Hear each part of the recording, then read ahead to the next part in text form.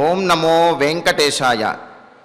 రాజీవనేత్ర రఘుపుంగవ రామభద్ర రాకేందుబింబ సదృశానన నీలగాత్రం రామాభిరామ రఘువంశ సముద్భవత్వాం శ్రీరామచంద్ర మమ దేహి కరావలంబం.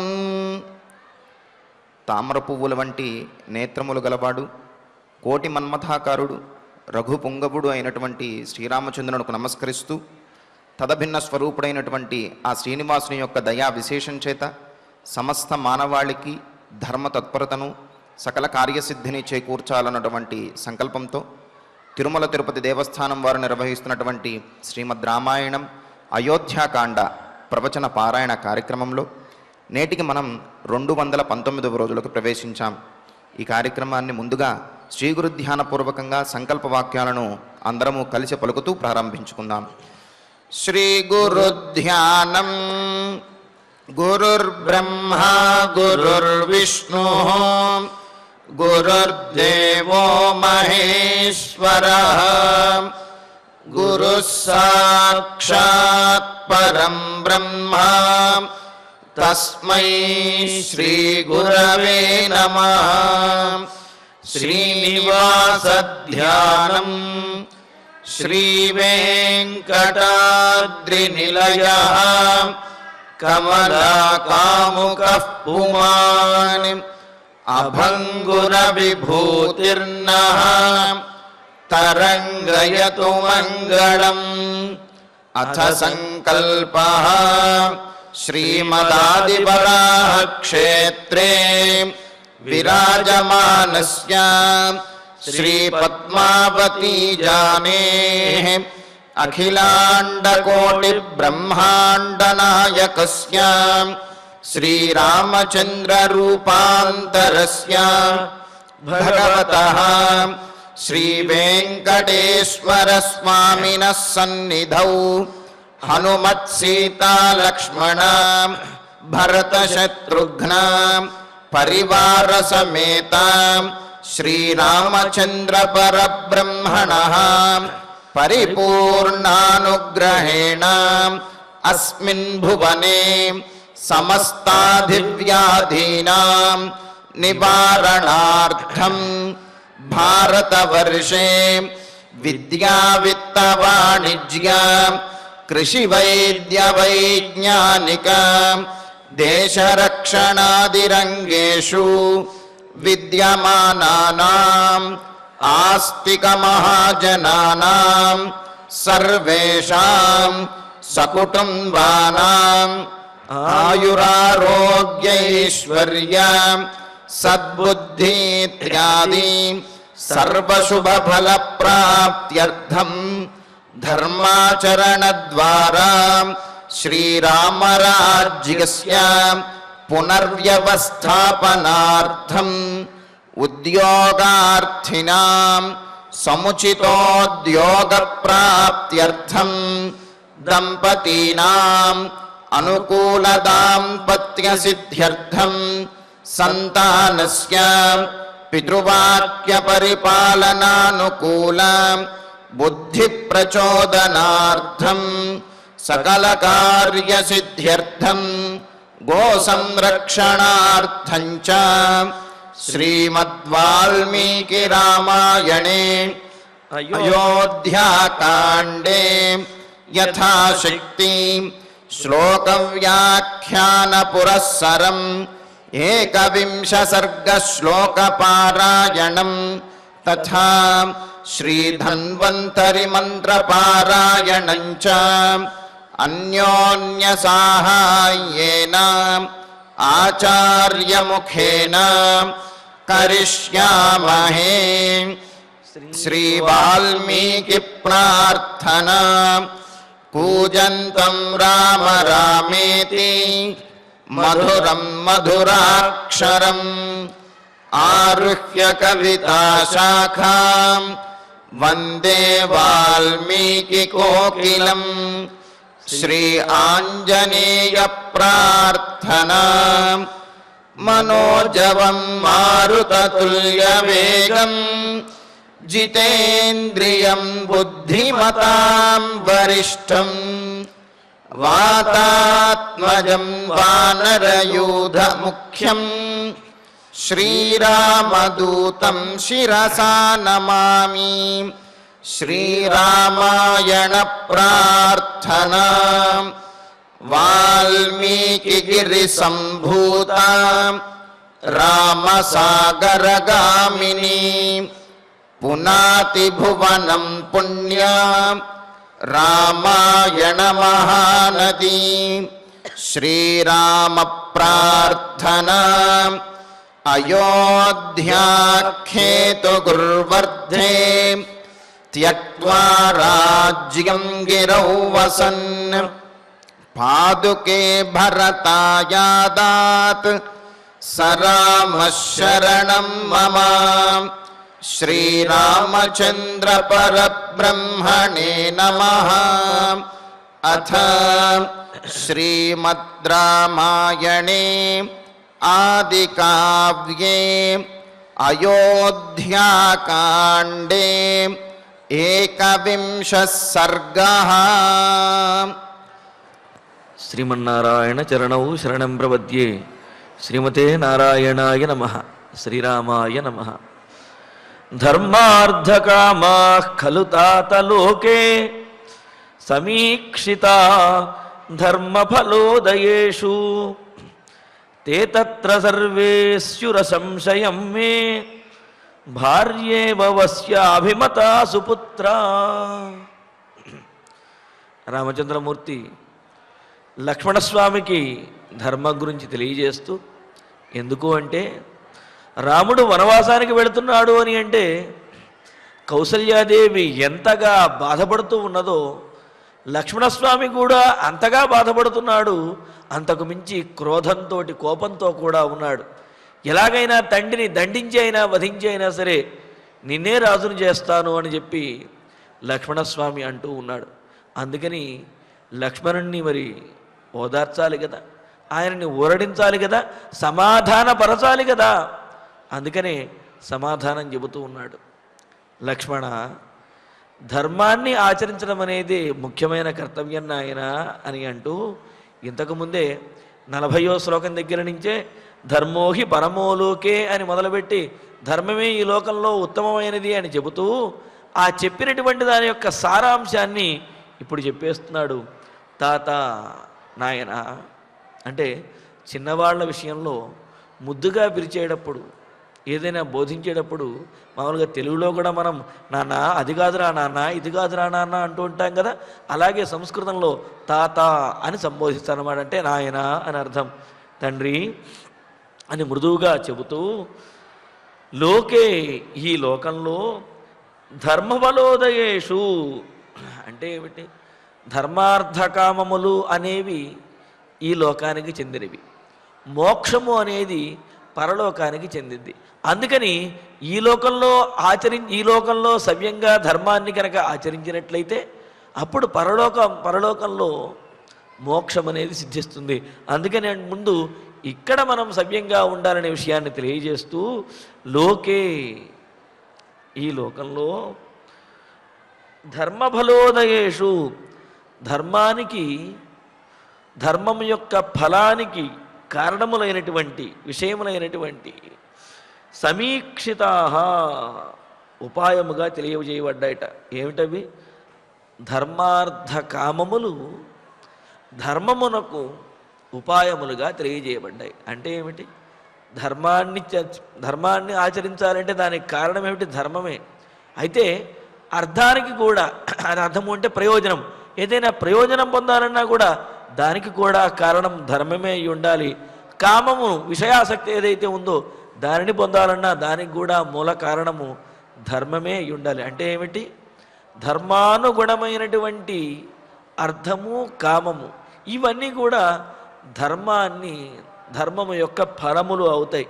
అంటే ధర్మం యొక్క ఫలమైనటువంటి నిజమైనటువంటి సుఖాన్ని అందజేసేవి ధర్మానుగుణమైనటువంటి ధర్మము, ధర్మానుగుణమైనటువంటి అర్థము, ధర్మానుగుణమైనటువంటి కామము అంటూ అందుకే చెబుతున్నాడు.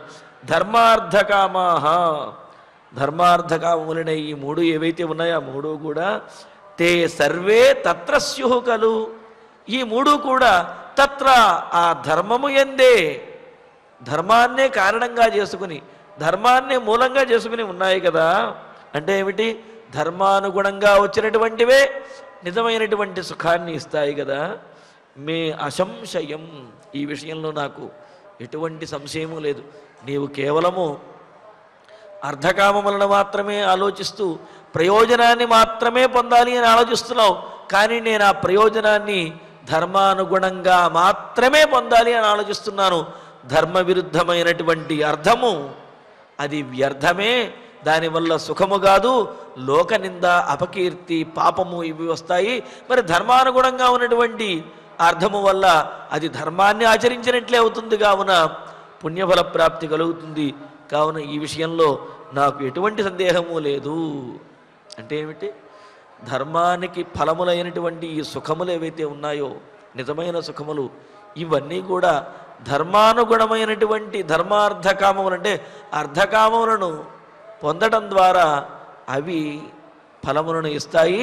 ధర్మాన్ని విడిచిపెట్టి కనుక అర్ధకామములను పొందినట్లయితే, ధర్మానుగుణంగా అయినటువంటి అర్ధకామములు పొందినట్లయితే అవి పాపహేతువులు అవుతాయి. ఈ విషయంలో నాకు అసంశయం, సందేహం అనేదే లేదు అని అంటున్నాడు.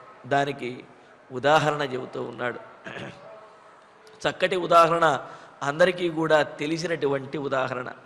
యథా, ఏ విధంగా అయితే అగ్నిసాక్షిగా వివాహమాడబడినటువంటి భార్య, అగ్నిసాక్షిగా గుర్తుపెట్టుకోవాలి, అగ్నిసాక్షిగా వివాహమాడినటువంటి భార్య మాత్రమే అనుకూలవతిగా ఉంటూ ఈ భర్త చేసేటటువంటి సకల పుణ్యకార్యములలోనూ దైవ కార్యములలోనూ కూడా వెన్నుండి ఉండి అతనితో కలిసి చేసి ధర్మాన్ని ఆచరింపజేస్తుంది. అంటే ఏమిటి? అగ్నిసాక్షిగా వివాహమాడినటువంటి భార్య ద్వారానే ధర్మాన్ని ఆచరించగలుగుతున్నాడు భర్త.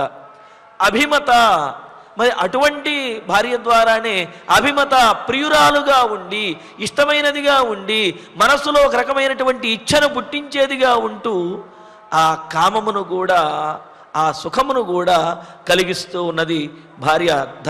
ధర్మపత్ని అయినటువంటి అగ్నిసాక్షిగా వివాహమాడినటువంటి భార్య మాత్రమే ఆ విధమైనటువంటి. అందుకనే భార్యతో చేసే సుఖాన్ని కాపురము, సంసారము అని అంటారు. మరి ఇతరులతో చేసేదాన్ని ఏమంటారనేది అందరికీ తెలిసిందే. కావున ఆ ధర్మము అంటే ఏమిటి?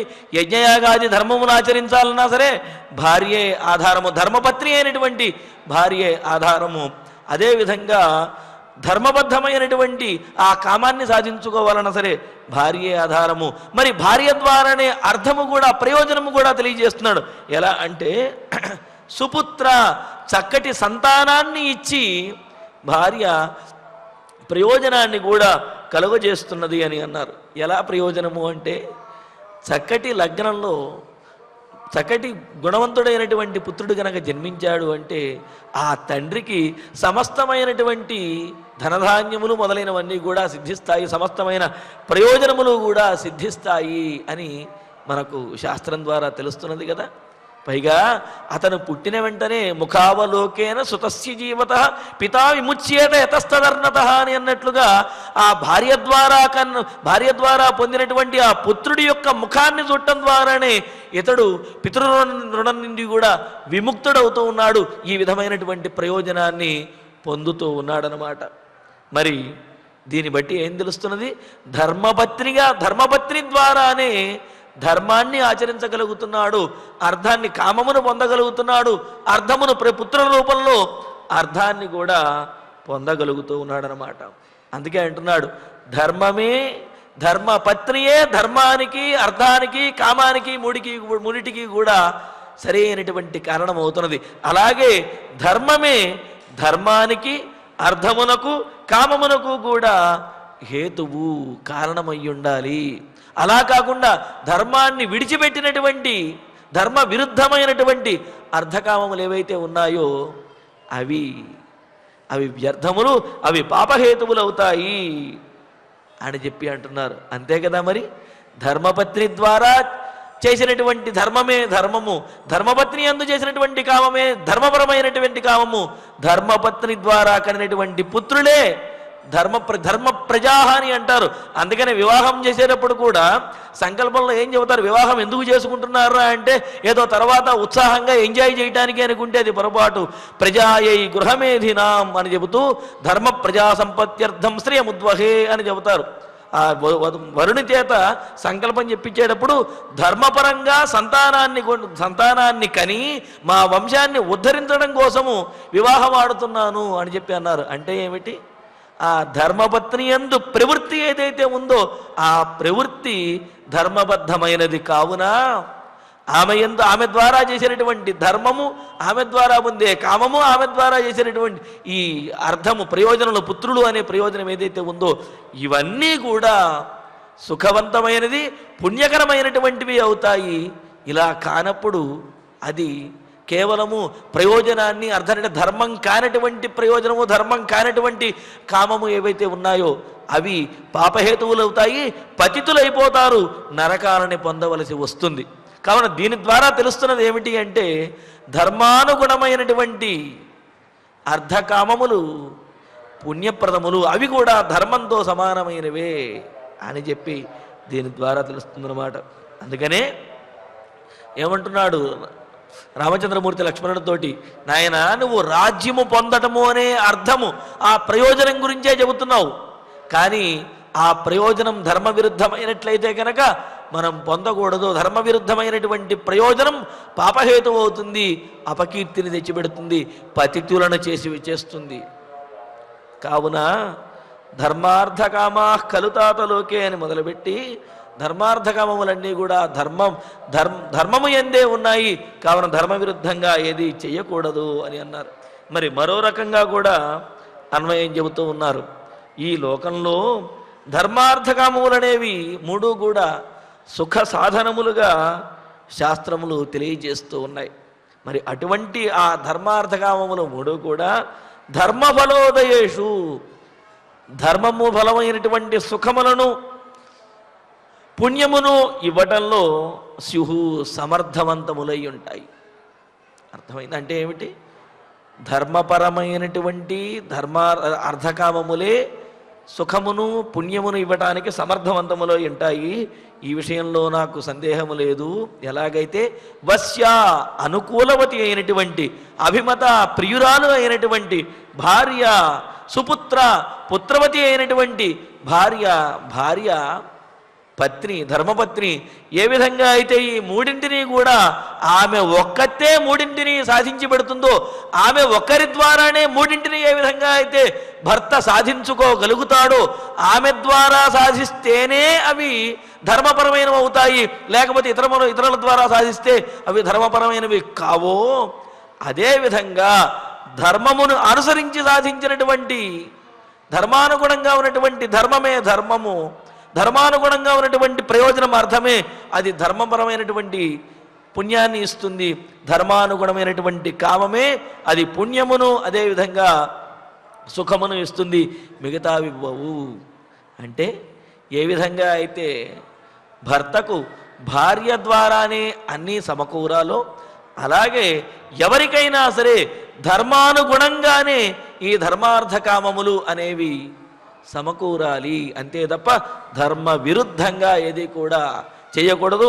అలా చేసినట్లయితే అది పాపహేతు అవుతుంది అని చెప్పి లక్ష్మణస్వామికి తెలియజేస్తున్నాడు. అంటే లక్ష్మణుడు కేవలం ప్రయోజనాన్ని చూస్తున్నాడు కానీ అందులో ముఖ్యంగా చూడవలసింది ప్రయోజనము ధర్మపరంగా వస్తుందా లేదా అనేది చూడాలి అని అంటూ ఇంకో మాట అంటున్నాడు. యస్మిన్స్తు సర్వే స్యురసన్నివిష్టా ధర్మో యతస్యాత్ తదుపక్రమేత ద్వేష్యో భవత్యర్థపరో హి లోకే కామాత్మత ఖల్వపి న ప్రశస్త. లక్ష్మణ, మరి ఈ అర్ధకామములు కూడా ధర్మపరంగానే ఉంటే ఫలసాధనత్వంగా ఉంటాయి, ఫలసాధకములవుతాయి అని చెప్పాడు కదా. మరి దానికి చెబుతూ యస్మిన్ సర్వే అసన్నివిష్టా. బాగుందండి. మరి ధర్మాన్ని గనక అనుసరించినట్లయితే సహజంగా అంటూ ఉంటారు, ఆ మెతగ్గా ఉండేవాడు ధర్మాన్ని నమ్ముకునేవాడు ఏం సాధించాడండి, వాడు అన్నీ కూడా నష్టపోతూనే ఉన్నాడు కదా, కష్టాలు పడుతూ ఉన్నాడు కదా, కాబట్టి ధర్మాన్ని నమ్ముకుంటే ఏమొచ్చింది, కాబట్టి ప్రయోజనం కోసం కొంత ధర్మాన్ని పక్కన పెట్టేయచ్చు కదా అని ఈనాడు మనం వింటూ ఉన్నాం. కానీ దానికి కూడా మనకు సమాధానం చెబుతున్నాడు. అంటే ఏమిటి? ధర్మానుగుణంగా అర్ధకామములను సాధించాలి అంటే మరి సరే, ధర్మానుగుణంగా అర్ధకామములను సాధించలేకపోతే ఏం చెయ్యాలి అని అంటే దానికి చెబుతున్నారు. చూడండి, యస్మిన్ దేని యందు అయితే, ఏ కార్యము యందు అయితే సర్వే ధర్మార్థకామములు మూడు కూడా అసన్నివిష్టాః కూడి ఉండవో, సంభవించవో, లభించవో.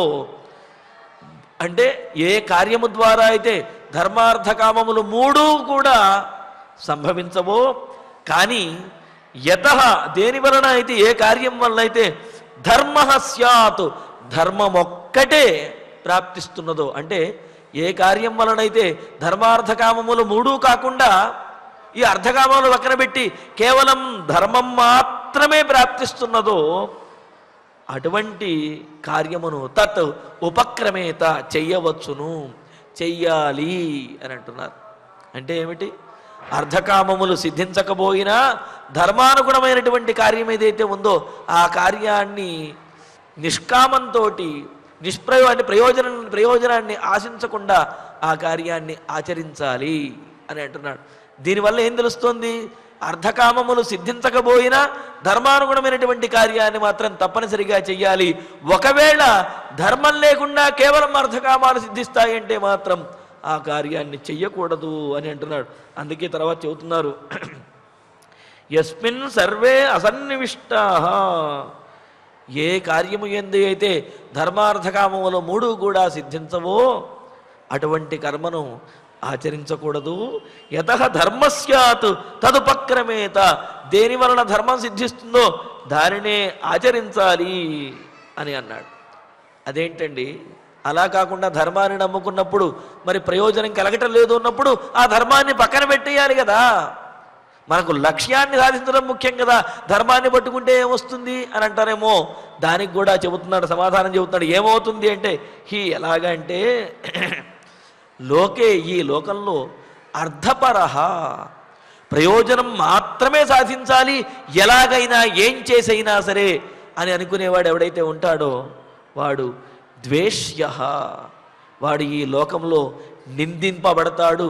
లోకంలో అందరి చేత కూడా అందరి వలన కూడా అతడు అందరికీ దూరం అవుతాడు, అందరి చేత కూడా నిందించబడతాడు. ఎందుకంటే ఆ అర్ధపరహ కేవలం ప్రయోజనాన్ని మాత్రమే చూసేవాడు ధర్మాన్ని పక్కన పెట్టేసి తన ప్రయోజనం కోసమే పాటుపడుతూ ఉంటాడు.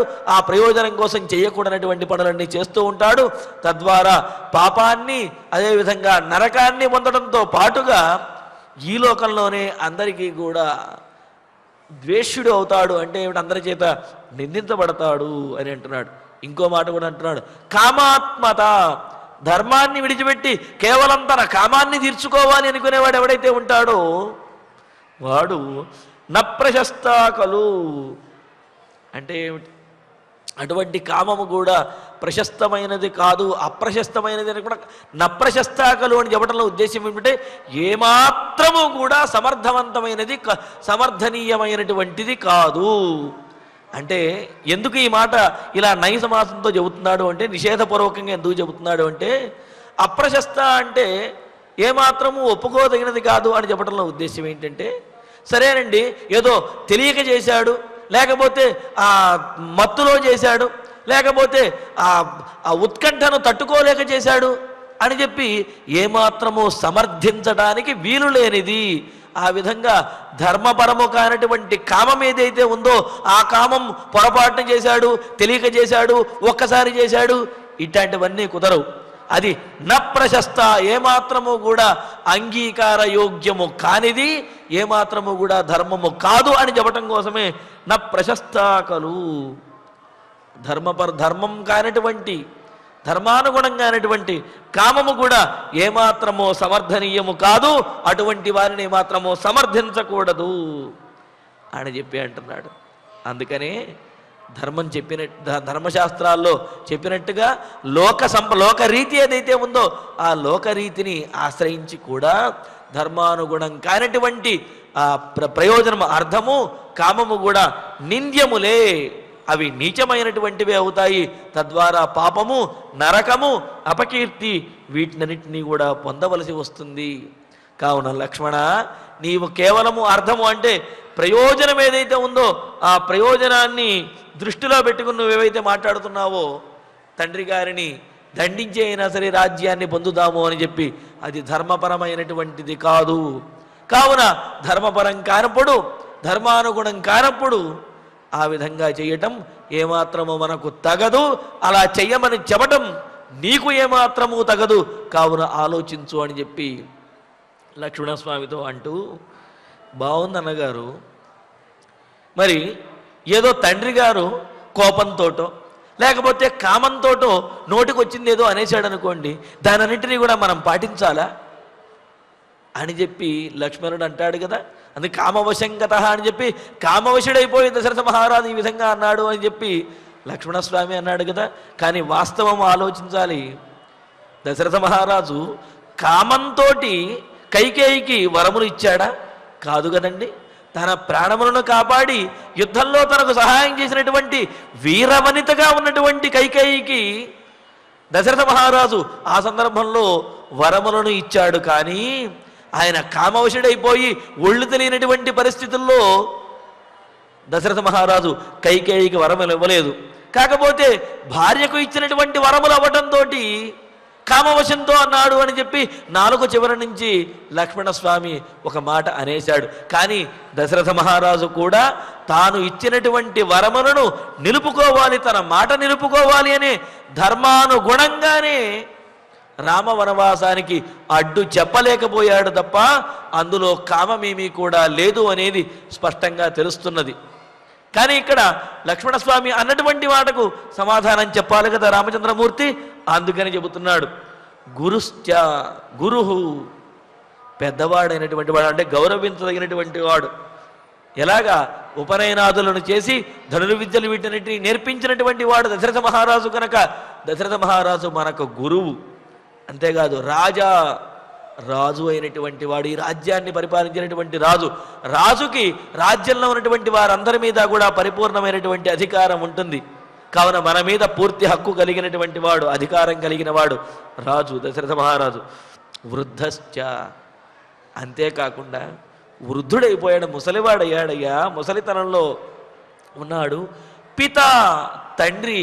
చూడండి ఎన్ని లక్షణాలు ఉన్నాయో మనకు. గురువు, రాజు, వృద్ధుడు, తండ్రి అయినటువంటి దశరథ మహారాజు ఇటువంటి లక్షణములు కలిగిన వాడైన ఆ తండ్రి క్రోధాద్వా, కోపంతో అయినా సరే, ప్రహర్షాద్వా, సంతోషంతో అయినా సరే, ఎదివా కామాద్వాపి, ఒకవేళ నువ్వు అన్నట్లుగా కామంతో అనుకుందాం, కామంతో అయినప్పటికీ కూడా యత్ కార్యం యాదిశేత్, ఏ కార్యాన్నైతే మనకు చెయ్యమని ఆజ్ఞాపిస్తాడో, ఏదైతే అనుజ్ఞ ఇస్తాడో, ఏది చెయ్యమని ఆజ్ఞాపిస్తాడో, ఆదేశిస్తాడో ఆ కార్యం ధర్మం అవేక్ష్య, ఆ కార్యాన్ని ధర్మాధర్మ విచారణ చెయ్యకుండానే చెయ్యాలి. అంటే ఏమిటి? ఆ సందర్భంలో తండ్రి మాట వినటమే ధర్మము. ఇక్కడ ధర్మం అవేక్ష్య అని చెప్పడంలో ఉద్దేశం ఏమిటి అంటే, తండ్రి మాట వినటము అనే ధర్మాన్ని ఆలోచించి ఆ కార్యాన్ని అనృశంస వృత్తి, క్రూర ప్రవృత్తి లేకుండా, ఎదురు తిరగకుండా అంటే ఎవరిని బాధించకుండా కూడా కహ నకుర్యాత్, ఎవరైతే చెయ్యడో వాడు నృశంసుడే అవుతాడంటే ఏమిటి? పెద్దవాడు అంటే ఏమిటి? గురువు, అలాగే రాజు, వృద్ధుడు, తండ్రి, ఈ లక్షణములు కలిగినటువంటి తండ్రి ఆదేశించినట్లయితే ఆ ఆదేశము కోపంతో చెయ్యని, ప్రయోజనాన్ని ఆశించి చెయ్యని, కామంతో చెయ్యని, ఏ విధంగా అయినా సరే తండ్రి ఆదేశించాడు అంటే అప్పుడు తండ్రి చెప్పినటువంటి మాట వినడము అనే ధర్మాన్ని ఆలోచించి ఎవరైనా సరే ఆ తండ్రి మాటను ఆచరించి తీరవలసినదే. ఈ విషయంలో సందేహమేమీ లేదు. ఒకవేళ అలా ఆచరించినప్పుడు వాడు నృశంసుడు, పాపిష్ఠుడు అవుతాడు. అంటే ఏమిటి?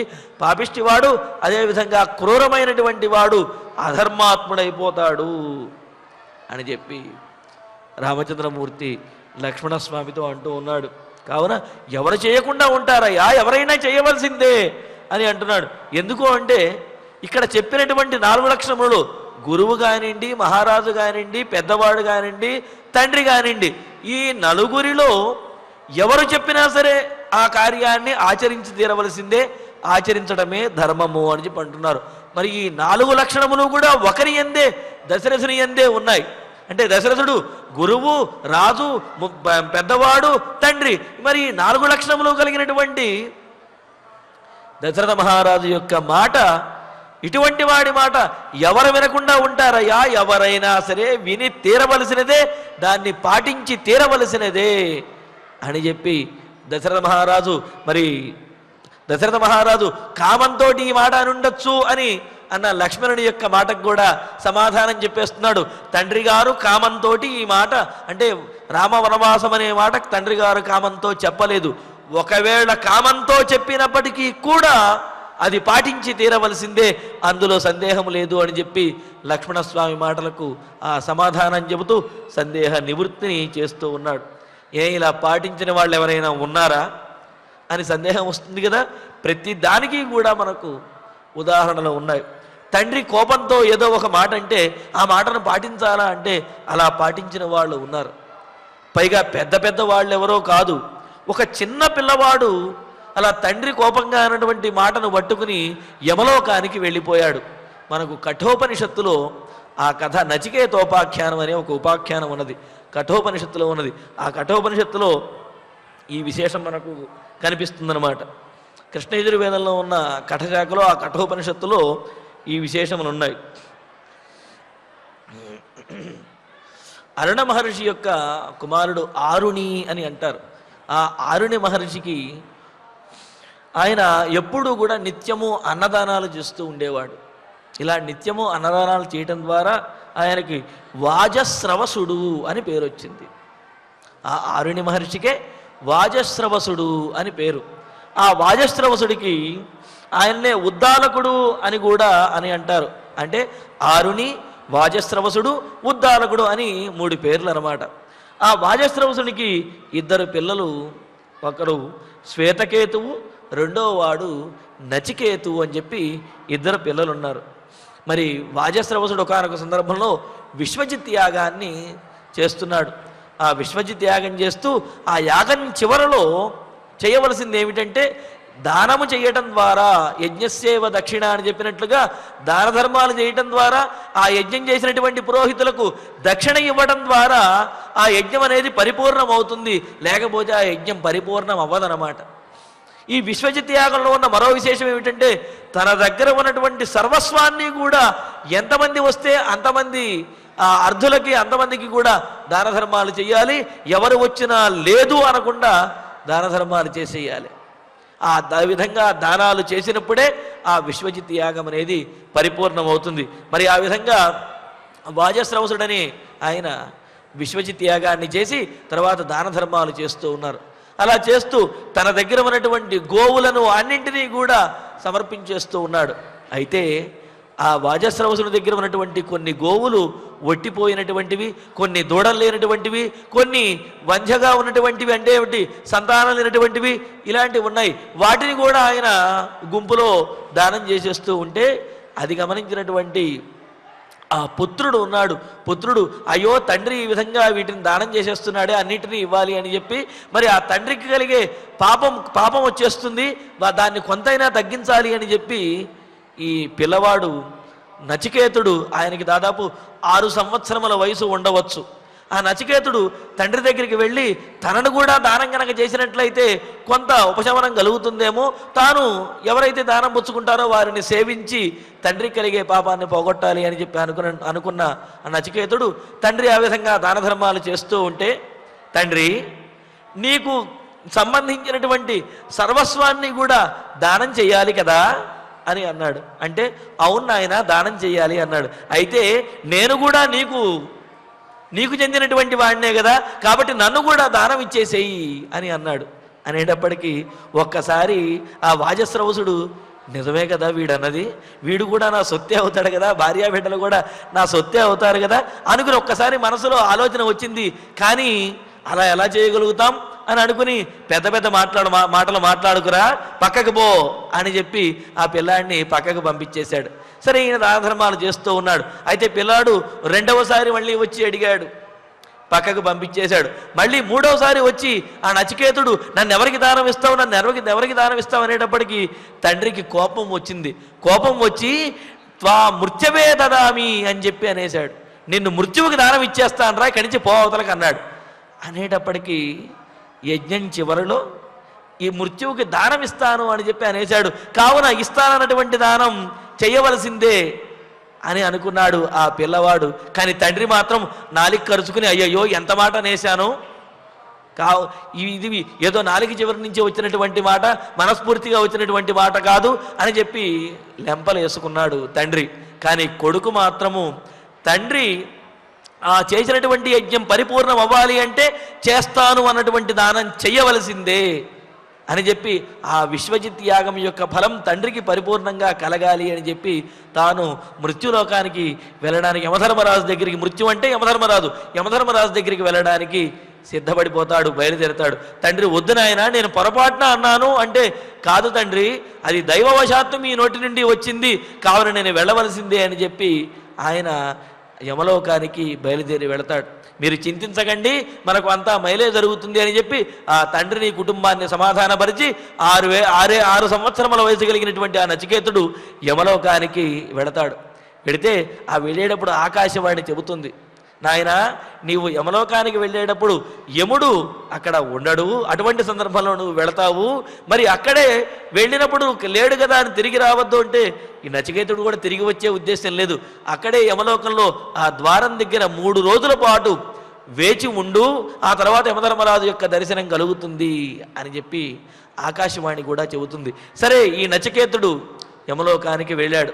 వెళితే యమధర్మరాజు అప్పుడు యమలోకంలో కార్యాంతరం వల్ల యమలోకంలో లేడు, ఎక్కడికో వెళ్ళిపోయాడు. ఆయన వెళ్ళేటప్పటికీ ఈ నచికేతుడు బ్రహ్మవర్చస్సుతో ఉన్నాడు, చక్కగా వెలుగొందుతూ ఉన్నాడు, తేజస్సుతో ఉన్నాడు.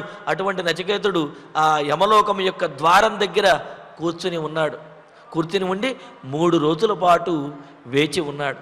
వేచి ఉంటే 3 రోజుల తర్వాత యమధర్మరాజు యమలోకంలోకి వచ్చాడు. వచ్చిన తర్వాత యమలోకంలో ఉన్నటువంటి వారు చెబుతారు, మీకోసమని 3 రోజుల నుంచి అగ్నిశిఖవలే వెలుగొందుతూ తేజోవంతుడుగా ఉన్నటువంటి ఒకానొక బ్రాహ్మణోత్తముడు, ఒకానొక పిల్లవాడు ఆ ద్వారం దగ్గర వేచి ఉన్నాడు అని చెప్పి ఆ యమలోకంలో ఉన్నవాడు చెబితే యమధర్మరాజు కంగారుగా చకచక బయటకు వచ్చి, అయ్యయ్యో, మీ వంటి ఉత్తములైనటువంటి వారిని, బ్రాహ్మణోత్తములు, బ్రహ్మతేజస్సు కలిగినటువంటి మిమ్మల్ని ఇంతకాలం 3 రోజుల పాటు వేచి ఉండే విధంగా చేశానా?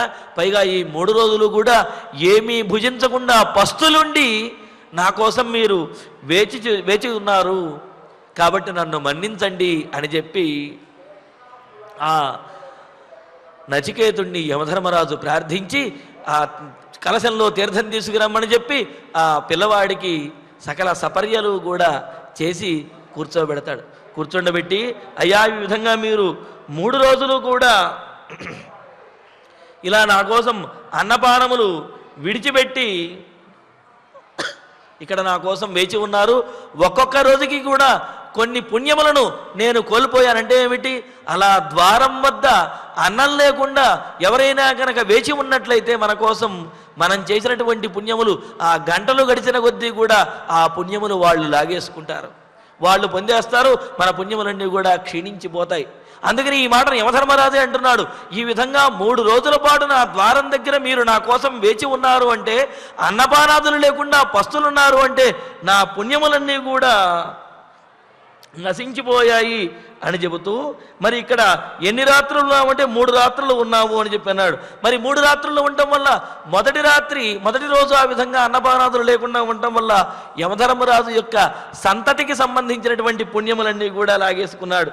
రెండవ రోజున యమధర్మరాజుకు సంబంధించినటువంటి పశువులకు సంబంధించిన ఈ సంపద ఏదైతే ఉందో అంటే దానికి సంబంధించినటువంటి పుణ్యమంతా కూడా తీసేసుకున్నాడు.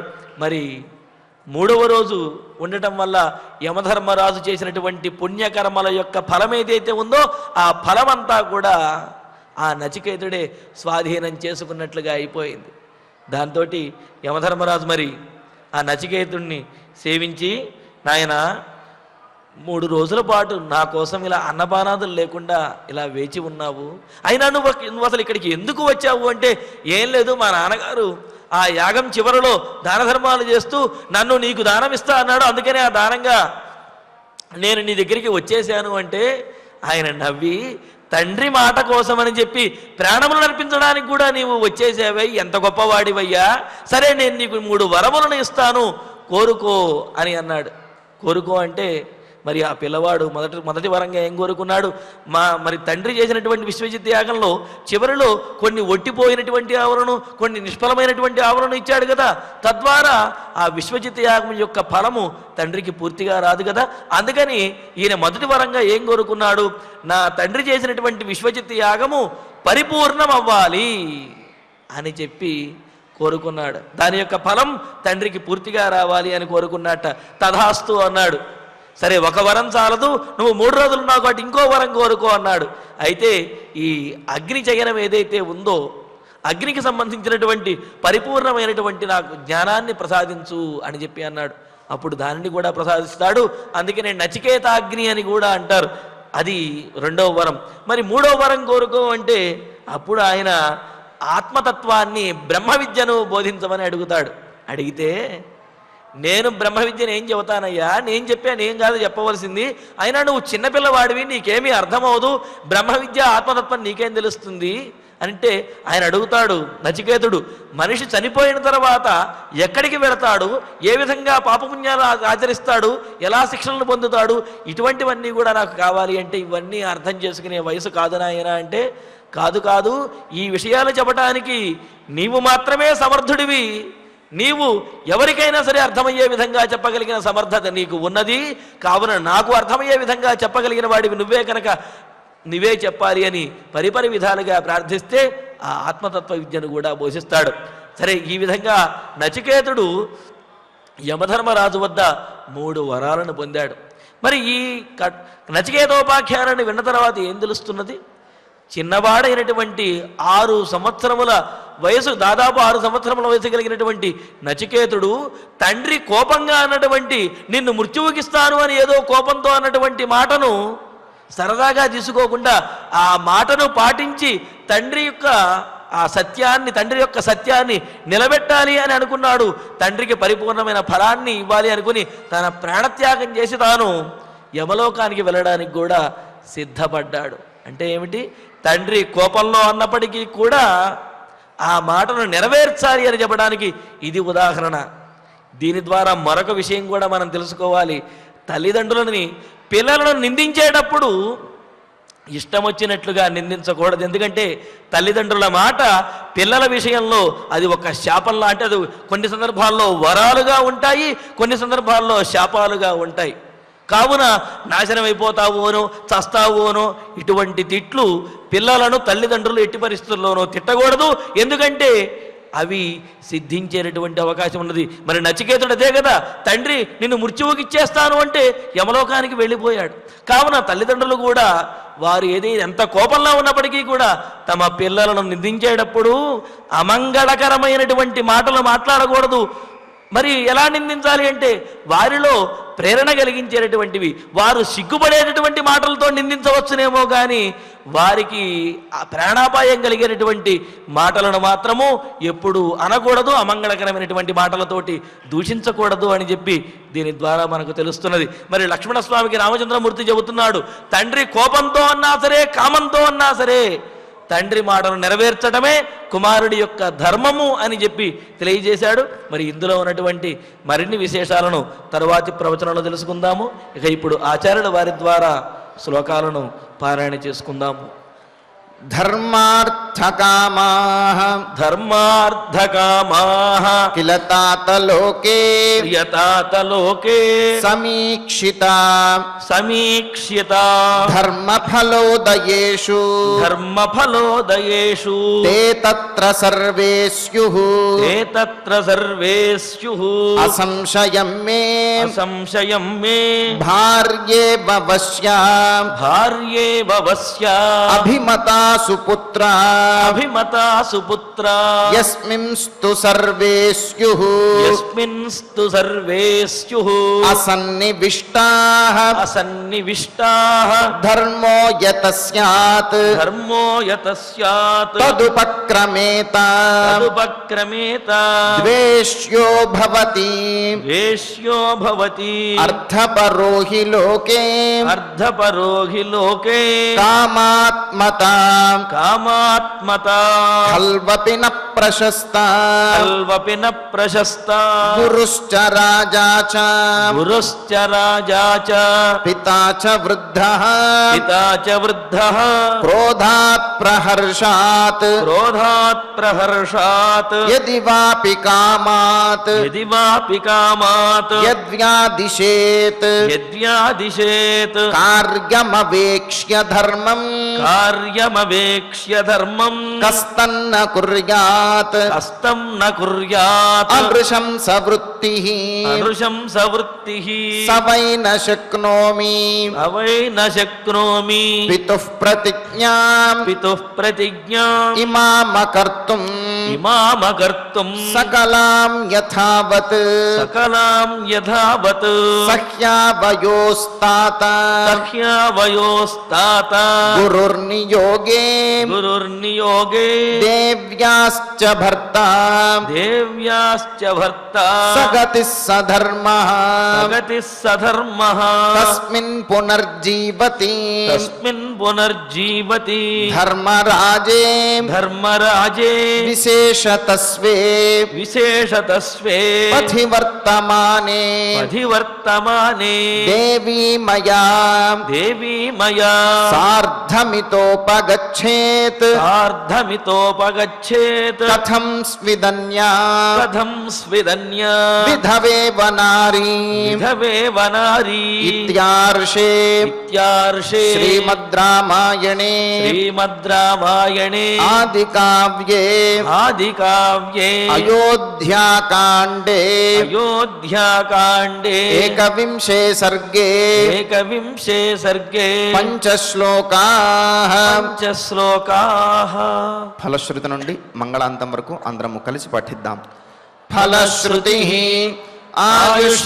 ఆయుష్యమారోగ్యకరం యశస్యం సౌభ్రాతృకం బుద్ధికరం సుఖం చ శ్రోతవ్యమేతన్నియమేన సద్భిః ఆఖ్యానమోజస్కరమృద్ధికామైః శ్రీరామచంద్ర పరబ్రహ్మణే నమః.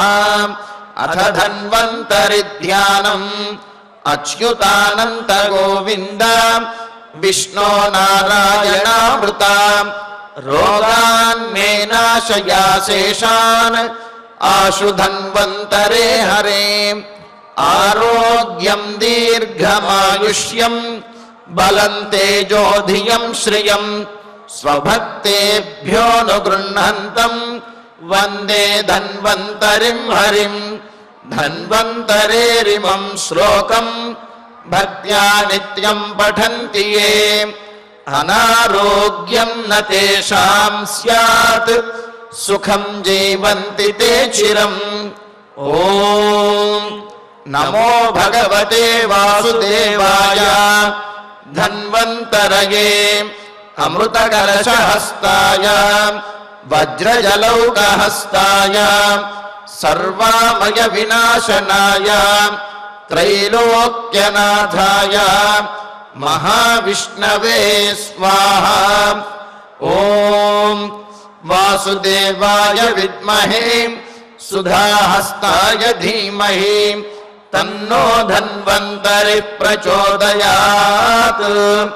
అథ నవగ్రహ ప్రార్థనా ఆరోగ్యం పద్మబంధుర్వితరతు నితరాం సంపదం శీతరశ్మిః భూలాభం భూమిపుత్రః సకలగుణయుతాం వాగ్విభూతిం చ సౌమ్యః సౌభాగ్యం దేవమంత్రీ రిపుభయశమనం భార్గవః శౌర్యమార్కిః దీర్ఘాయుః సైంహికేయః విపులతరయశః కేతుః ఆచంద్రతారం అరిష్టాని ప్రణశ్యంతు దురితాని భయాని చ శాంతిరస్తు శుభం మేస్తు గ్రహాః కుర్వంతు మంగళం అధ క్షమా ప్రార్థనా యదక్షరపదభ్రష్టం మాత్రాహీనం చ యద్భవేత్